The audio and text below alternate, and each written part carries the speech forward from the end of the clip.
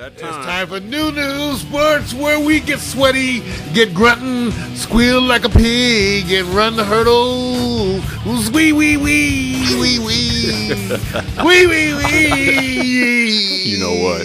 Wee. I'm still trying to find out why people are so, ecstatic over the pig that goes wee wee.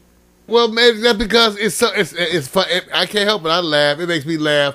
You know, some stuff I admit just cracks me up. Just like I eat McRibs. Yeah, I like that. Love that boneless pork chop. Yeah, I might go get me one today. Yeah, see, I already talked. We got to use this hamburger. I got to use. Now you have food in the refrigerator. You have to use. That's right. I got to use this hamburger today. I'll use the hamburger, bro. We got to have some. But you know what? How did you like that chili, Vic? Oh, the chili was off the chain, man. Wait a minute, the chili is not even on hiatus. It's just waiting for me. I must admit, Vic, I went and had some last night, and I said, "Damn, there's some good." You guys, I made sports food. It was food. That's why it's pertinent to sports, because I went and made some food that we would want to eat while watching sports. That's right. And I made some chili with so much meat. Yeah. It's got like hamburger, little smoky sausage, Italian sausage cut up in little bite-sized pieces. And the little weenies. Oh, yeah, all of that, man. And tomatoes, and I made the bomb-ass chili, and it's the good-ass sports-eating food. That's right. I mean, whatever, sports-watching food. Yeah. You don't want to eat sports. Well, you said something. Watch sports and eat my chili. Perfect intro for Victor Alice New Sports. There we go, you guys. Hey, you know what? This is hard. You know why, Mark? Because there really is no big sports item. But I'm going to lead off with, which is not the top story, but I think a lot of people like when the top teams lose. And so, Gasol versus Gasol. The Memphis Grizzlies, of course, knock off the Lakers yesterday. Yay! I knew you were going to like that. See, it's the part where I sit there and go. And you know what? Let me tell you, Mario, while you having fun over there, you know this story doesn't even rate in the top. It doesn't even rate in the top area of sports as the main three topics and highlights because, okay, you can tell when the Lakers are playing and they're not playing up to that speed. Now that you saw, last year's team and what they've done, you go, okay, you know what, they're just running at about 70%, 60%. So it's not no excitement. But I have to admit, I like that the other Gasol beat the champion Gasol. So the brothers always get a little bit of love, and you got to give some back. So here's the part that I do like. San Antonio Spurs are hot, dude. Triple-double for Tim Duncan. Are you going to say now that they're going to dethrone the Lakers? I really like Tim Duncan. Always have. Yeah.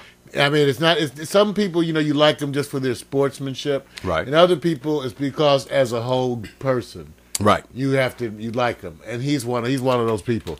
I admire that he can be calm sometimes, even though he can get his ruffles. Right. But I really like. It's good to hear that he's doing well. Right, and you look at everybody was looking at San Antonio as part of the aging, but they secretly, well, no, not secretly, they just casually and very deliberately got new energy, rebuilt some areas, and got everybody healthy. Yes, Manu's healthy. Yes. Tim's healthy. Parker is now divorced. And he's gonna play harder now. I don't know if he made you a tiger. Well, I don't know. Tigre ain't been the same. I don't know if that's healthy when you're getting a divorce. Give him some time. Well, yeah, give him some time. It's a timing thing. They gotta have some time. Well, look, here's the thing about it, San Antonio. But you know what they say? What's the main thing? It's not how you play at the beginning of the year. It's when I think it goes in thirds. Beginning of the year. Then there's the middle section, and then there's the last part of the season. I wait for the last part of the season. That's my base right now. So here's the part. Okay. Let me ask you this: do you believe San Antonio to be the team that's best to knock off the Lakers, since the Lakers are favored to come out of the West? Do you believe they're the better team to do it, Oklahoma or Dallas? And Dallas is hot as well too. I need more time. You need more time. But Dallas, because you know what, it's been okay. Oklahoma hasn't been as strong as I expected to see, even though I think they're gelling. Right. Okay. Dallas has looked way stronger. Right. They have. Well, what made them look strong is the way they manhandled the Heat. Easy to manhandle the Heat right now, too. Well, okay. It's easy. It's easy. Right, but I'm just saying, so right. We'll see. But so I don't know yet. I don't know yet. Okay, well, here's the part that I like. See a little bit more because, the teams are shaping up to be a little different than what I expected. Well, yeah, and here's a good part I like about this, Mario, because the game yesterday was a game where you very seldom beat the Lakers in the paint. Well, the Grizzlies pointed the Lakers in the paint. Well, it has to be more than just Paul Gasol. Then who else? Well, who else do you feel? Who else would you say underperformed since you saw the game amongst the front people in the front line? Well, one is it was the defense. It was kind of deferred to the person that's supposed to pick them up. And you've seen the Lakers when they can come out and scrap. Right. They weren't scrapping yesterday. The point guard, Mike Conley, came in and almost had a 30-point game. So he was getting to the hole easily. So what was Lamar's game like? Lamar's game was, he was what you would call the second line of defense, and he wasn't playing up to speed. Not the rebounder. I said it has to usually be a group thing because the whole front line. Who else was coming in? Well, you only have Gasol because there's no other backup centers. Gasol, Lamar, I know. But yeah, that's it. I mean, who else do they rotate in? They have other people they rotate in. They did, but mostly second guards and small forwards because their big men are injured. Bynum and the older cat that, you know his name. I forgot his name. I forgot his name. I like him. I know. He's injured too. So you only have Gasol and Lamar right now to be the defenders in the paint. Well, except they have some other. Who else is on the bench that you're not mentioning? Let's say they have that.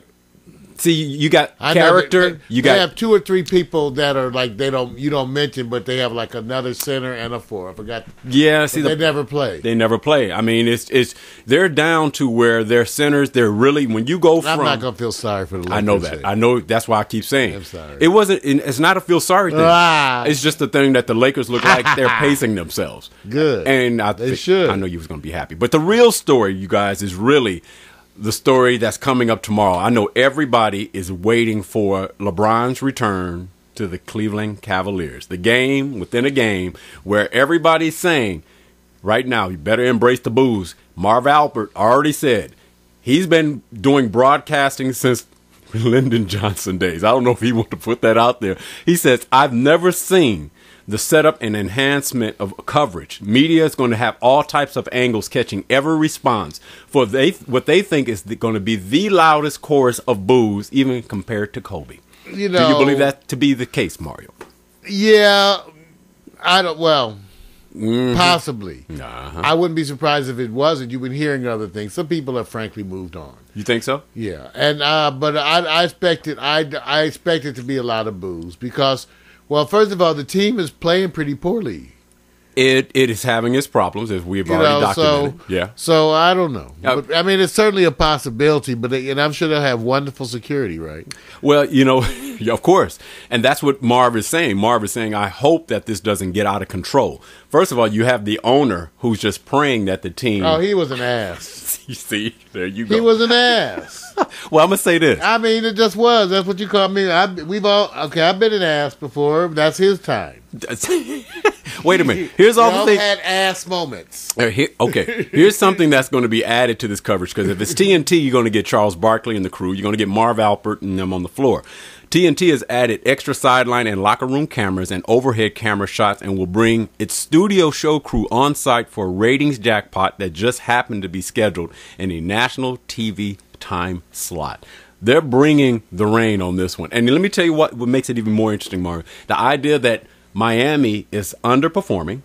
At the same time, LeBron still shows it's a night and day issue. When he was in Cleveland, he was happy-go-lucky. Now when he comes in to why so serious, then you go, is it more important to hear how many boos he's going to get or how loud the boos will be? Or does it make any difference if Miami wins or Cleveland win? What do you think is what's going to be I think the most important thing is to show growth and move through this. That's either way it goes. Because actually, the winning, for a minute, let's just say that the winning or the losing doesn't matter for a minute. And I know people would object to that. But I think it's how you handle everything. Because you can mishandle it in a win and mishandle it in a loss. So I think he needs to show a certain kind of class. Right. He needs to deal with the pressure. If they do boo them, he has to be prepared for the boos. Right. And handle that in a professional way. And most importantly, it's important for the team just to make, as they need to do anyway. Right. To just make some solid statements and show some presence and organization and approach. So that's more importantly, really, than the stuff.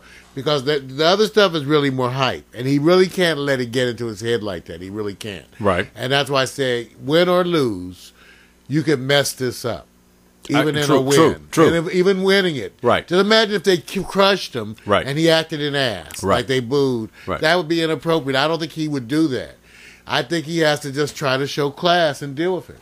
I agree with you. Now here's the question, because at the end of the day, I think people are more interested in the way it's going to be handled. I think the biggest thing is going to be the post-game interview.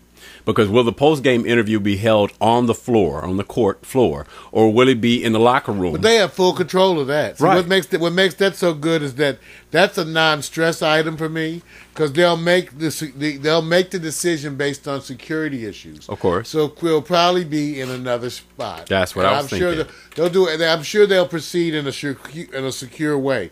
And I don't know about how, because the commissioner, football, they've been a lot more aggressive. Right.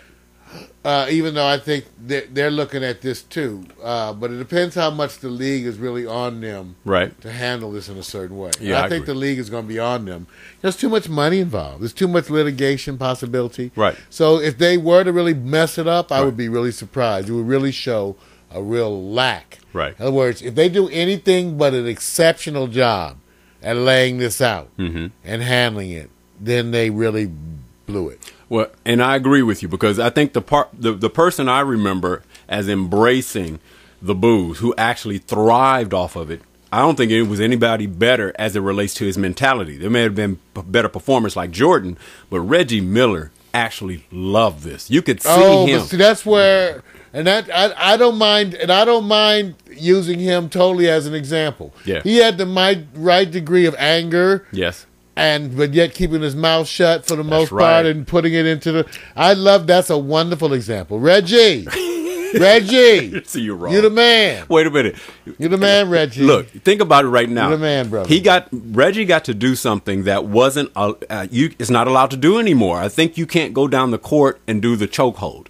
The idea that he's in Madison Square Garden with Spike Lee on the sideline, it's Indiana Pacers, he's beating the Knicks, and he gets to go do the chokehold at the Knicks. Oh no, because that whole thing to me was the progression of what it meant. The meanings of everything changed both ways, right? Yes, it did. That's why we let Jesse use the N-word 500 times during the show. Okay, because it's more important that he has the freedom, I guess, on that level than to have censorship. I agree. Okay, but that's everybody has to deal with that. Yeah. Okay. Now, well, let me do this then.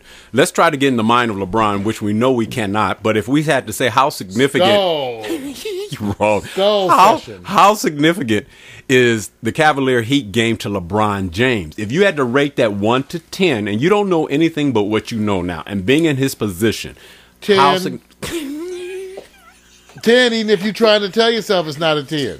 It's a 10, but you're supposed to be telling yourself it's an 8. Okay. Or it's a regular game. Okay. But it's not a regular game, Vic. Let me tell you why. It's not just it's still a high level because it is in Cleveland. Right.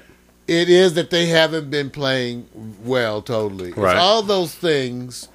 And this even to me, to me, part of the reason why he feels more pressure is that the focus is on him in a way that's like the playoffs were. Right. And that's where he didn't perform there the same as he should have either. Right. So it's ongoing from that, Vic. So it is all those pressure things, whether you want it or not. Yeah. And some of it is the hostile fans. See what I'm saying? Right. I agree. I named all those, and it wasn't even the hostile.